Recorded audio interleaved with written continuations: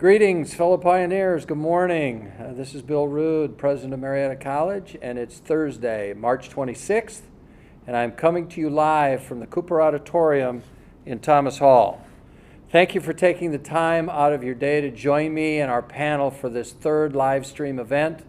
Our previous two updates were done through Facebook Live, but we've adjusted and we've expanded our presence also to have Instagram Live and YouTube Live. So more of you have the opportunity to join us and to participate in this conversation. I want to start this broadcast by reminding each of you to take care of yourself. Take care of your health, follow the CDC safe distance guidelines and mandates, stay at home, no travel and limiting contact. I care about you, I care about your families, I care about our faculty and staff and their families. We all need to do our part. And our part right now is to stay home in order to give ourselves and our fellow Americans the best chance to protect ourselves and our communities. Messaging went out earlier this week about Governor Mike DeWine's stay-at-home mandate. This means that students cannot return to campus at this time to move out of the residence halls. At the earliest, and with the approval from the community living, students may be able to move out of the residence hall no sooner than April 6th. We are in a very fluid situation, so that date may change. That contact information for the Office of Community Living is on our website and will be posted in the comment section of our social media pages and updated often. As we announced over the weekend, Marietta College Center for Health and Wellness is offering our students telemedicine and telecounseling services, regardless of where they are currently living in the country. Students can sign privacy disclosure forms that will allow us to offer medical and counseling appointments through Zoom and email, healthandwellness@marietta.edu, or call 740-376-4477 to inquire about those appointments. Our highly trained medical and counseling staff are here to help you. Again, we will put that contact information on our website and in the comment section at the end of this broadcast. Even though we don't see each other on a daily basis or a weekly basis on campus, I want to assure you that we're all doing our part to continue the mission of Marietta College. Our faculty are persistent in finding new ways to deliver a quality education to our students. Our staff are working hard to support those endeavors to also ensure that we are building the future of the college by enrolling new classes and by continuing to engage our alumni, friends, and community. And we know that Marietta College continue to be a beacon in our community. So we have reached out to our neighbors to ask how we can be at best service to them at this time. This is what pioneers do. We find solutions to new problems, we discover new ways to achieve our goals, we think outside the box, and we help others along the way.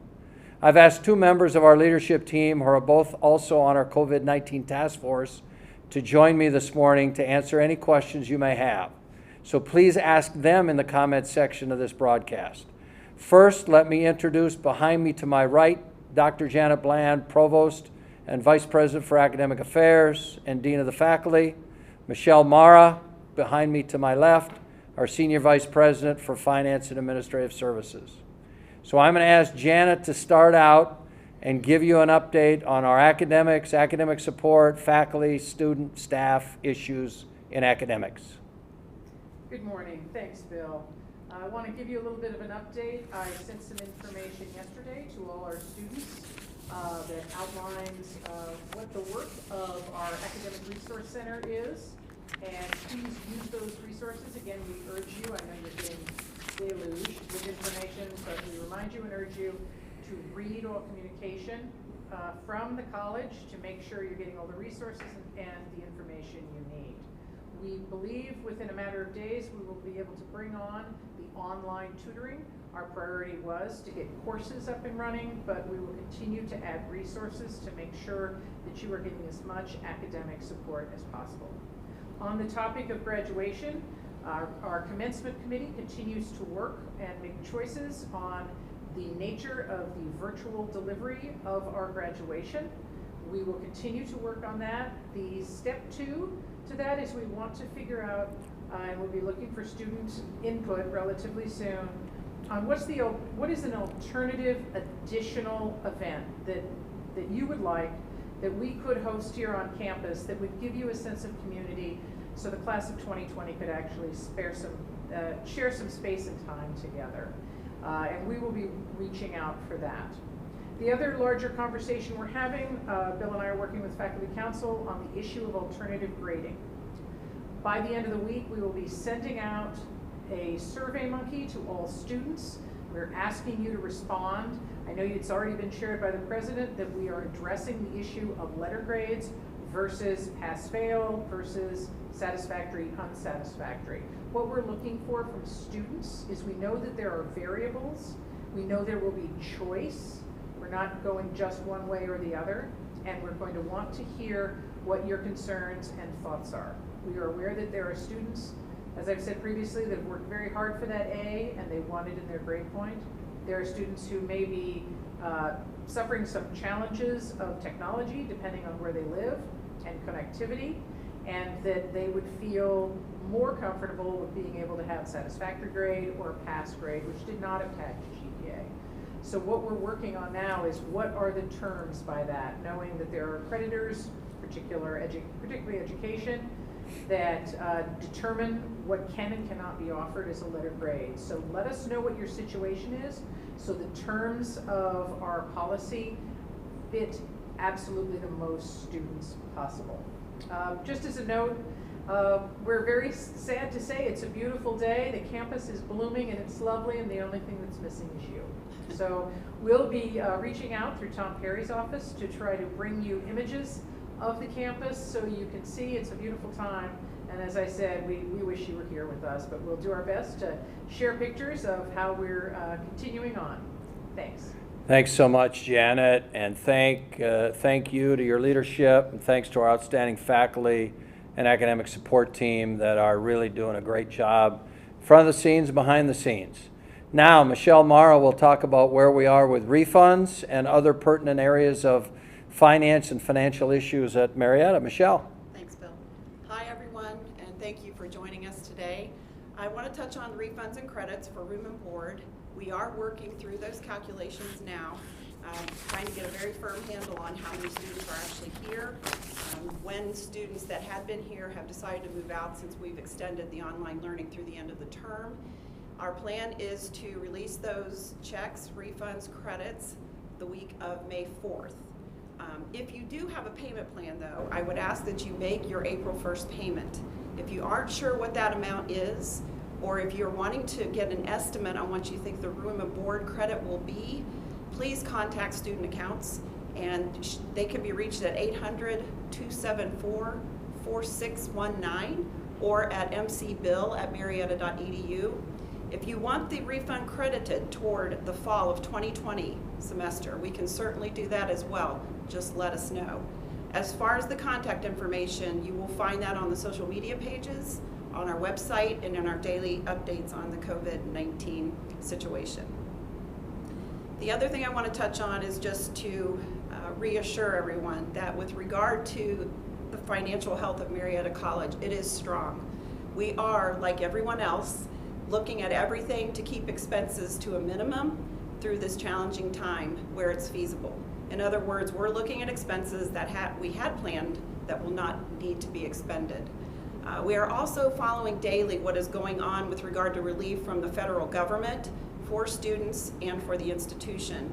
We will stay on top of that and relay information to you as we learn more. Thank you. Thanks so much, Michelle, and your entire staff. We appreciate all they're doing, keeping lines of communication open to our students and parents at this time. And I really encourage students and parents, if you have any questions at all, call or contact us on email. Now we've come to the question and answer portion of the broadcast, so please feel comfortable submitting your questions in the comments section, and we will do our best to answer them. So, G. Okay, first question comes from Tony and Tracy, and they would like to know, how will pass-fail grade affect GPA cumulative? A pass-fail grade or an SU, which would be satisfactory or unsatisfactory, we're still flexible about which way we're going to go, would not impact grade point.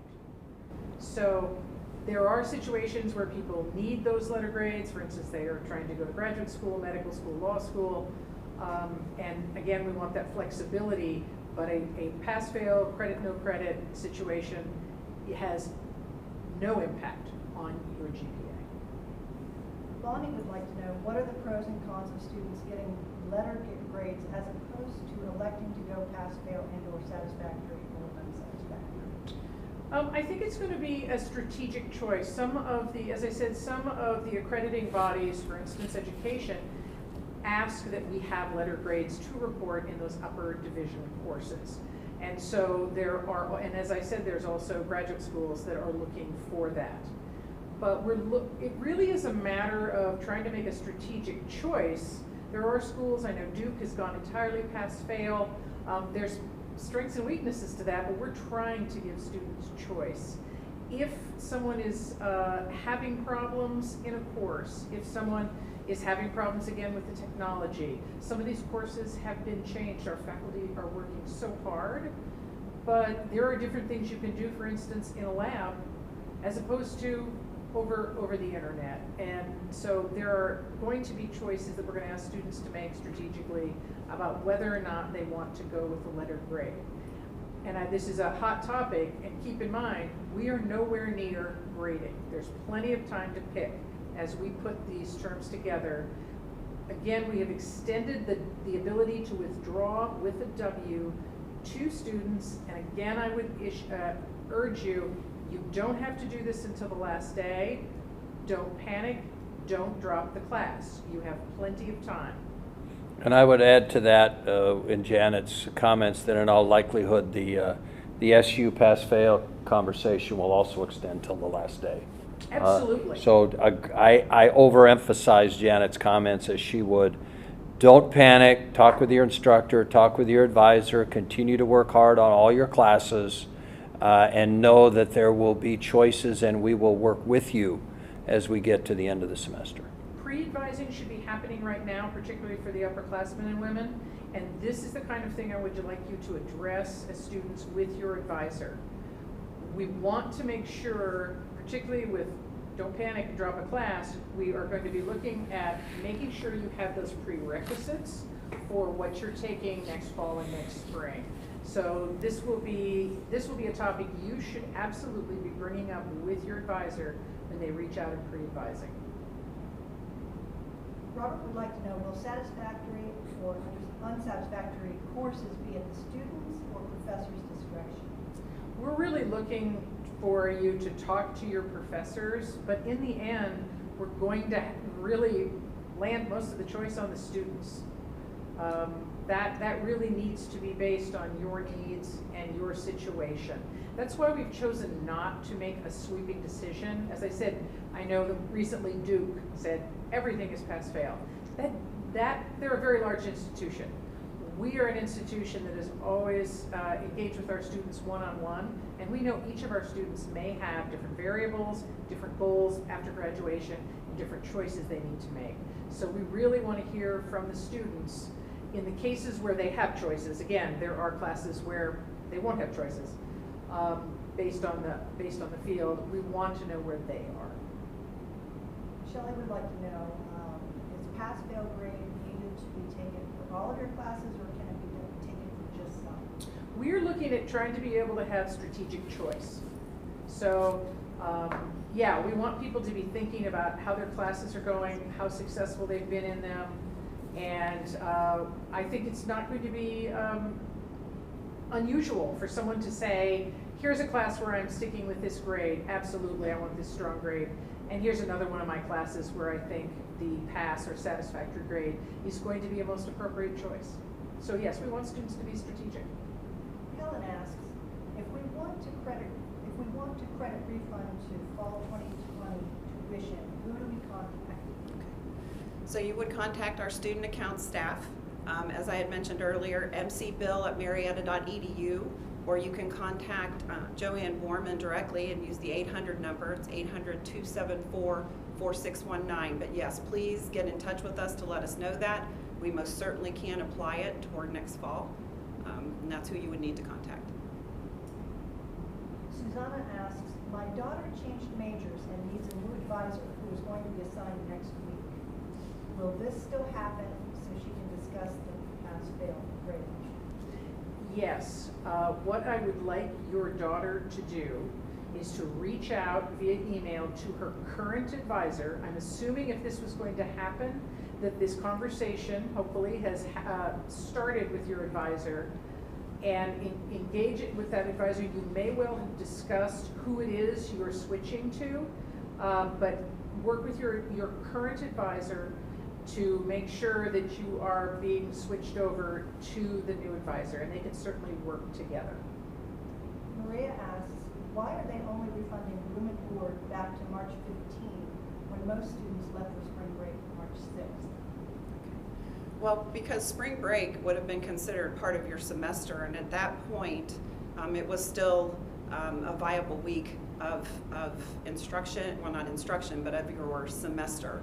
So we are not considering that. We are considering the week that you would have come back for instruction as the first week to start calculating room and board refunds from to the end of the semester.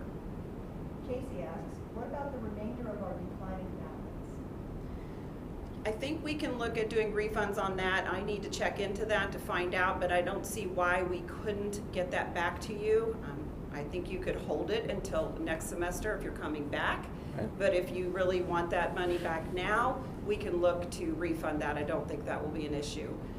If that's the case, if that's what you want to do, please let student accounts again know, and then we will look into getting that done. Bonnie asks, can you speak on the government and the student loan situation and the possible stoppage of interest accruing? We have private loans as well as the loans extended to us through college. I can address that. In the federal stimulus package, payments would not have to be made and interest would not accrue on federal student loans until September 30, 2020. Any payments borrowers make during this time would go directly toward the reduction of that outstanding principal. Now, I don't know how all of the financial pieces will be affected, but as we get more information on that through Financial Aid Office, we will make sure that we communicate that to you.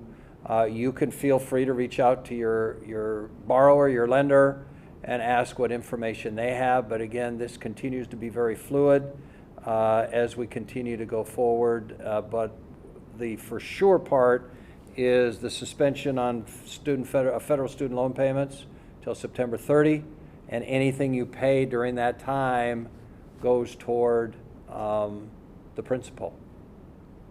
Ashley asks, will there be any meal plan refund for students who are staying on campus to compensate for the reduced options available? We'll have to take a look at that, but please understand that we are partnering with Parkhurst, and they have personnel, they have product. They are still moving forward with having options available, and they've actually expanded a little bit on what they're doing so that they can give you a little more variety through the end of the term. We can certainly take a look at that. I'm not sure we will be doing that, but let me take a look at that and I'll let you know.